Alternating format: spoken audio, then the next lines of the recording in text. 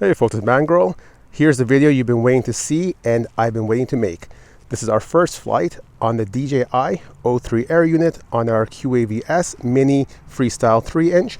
I will have a link in the video description to the build for this guy. Alright, let's get going. And we're off. This battery is looking kind of weak, but I think it's the colder weather. Yeah, so what I was saying, I'm still getting... How come all my batteries are low? I thought I charged all of them. Alright, well, let's keep going. Yeah, so what I was saying is I'm still getting used to this remote. On my first flight out, I did have a fail-safe. I was flying right over here and it just completely disconnected the radio link. So I'm not sure how I feel about this radio, but we'll have to keep testing it out. But in terms of video quality, this is looking really good. I see props in view as expected, but I also see a little bit of the top corners of the upper deck, which I think we can adjust the camera a little bit, but it's so far out in the corner that it's not a big deal. What else? Now, the goggles on the bench, they were a little bit uncomfortable. I was seeing a lot of blurry kind of edges and blurry text at the bottom. But now that I'm flying, it's not too bad. I sound a little bit more nasally than normal, but nothing too crazy. So I'm going to keep flying this. I do have 2 weeks to return to DJI if necessary, but we'll see. Oh, big stutter there. Yeah, so I think for image quality, we're many miles ahead from the old system, but I think it still has a lot of quirks.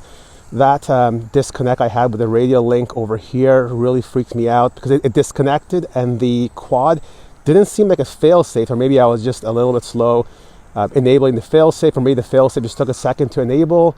I don't know, but it was a little bit freaky, so I'll keep the quad really close to myself, away from people, while I get some confidence with the new system and with the radio link. But the image quality, amazing. Really liking the image quality. One thing I did notice, I used to have this in manual mode, but I had to put it back into auto because the manual mode locks all the settings except for ISO, and I was really just looking to lock the white balance so it doesn't keep changing on me, which is what I had done on the prior system. And here, when you put it into manual mode, everything locks, so it was super overexposed. Very poor picture.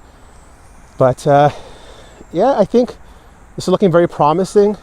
Still has a long ways to go. Yeah, the little gimbals are throwing me off on the new remote. So you see I completely overshot that guy.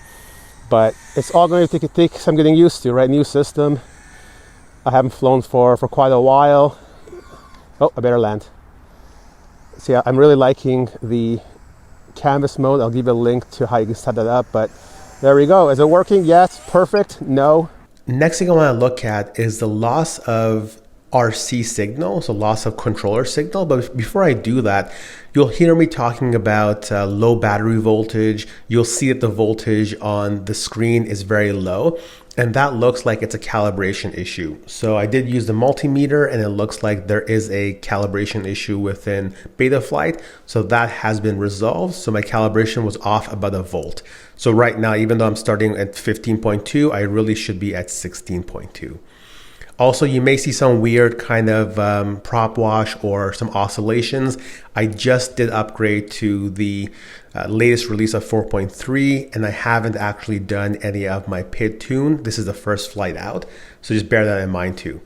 So let's take a look at exactly what happens with the loss of signal. So you can see I'm going out, doing my first flight. I do a little quick turn here, and I'm fairly close to myself, probably 10 meters away.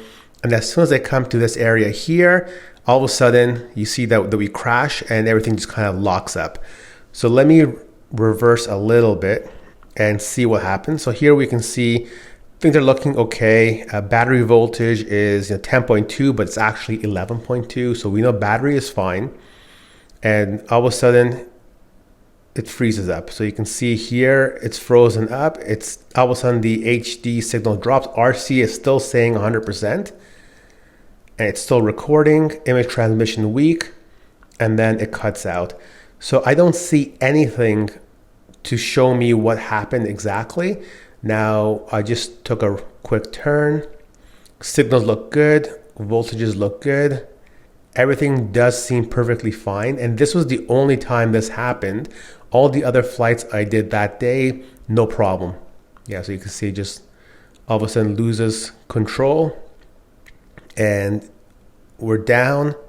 Now the other thing I noticed was the recording on the actual air unit cuts out 4 seconds or I guess 3 seconds into the flight. So I don't know if something happened with the radio link or the control link, but you can see here that even though the goggle DVR records a lot more, at this point, all of a sudden the air unit stops recording. So something very strange has happened. And again, just the one time it happened and did not happen ever again. The last thing I want to chat about is the difference between what you see in the goggles versus what is recorded on board by the air unit. And I knew that these two would be different, but I figured these are only different in the non-normal mode.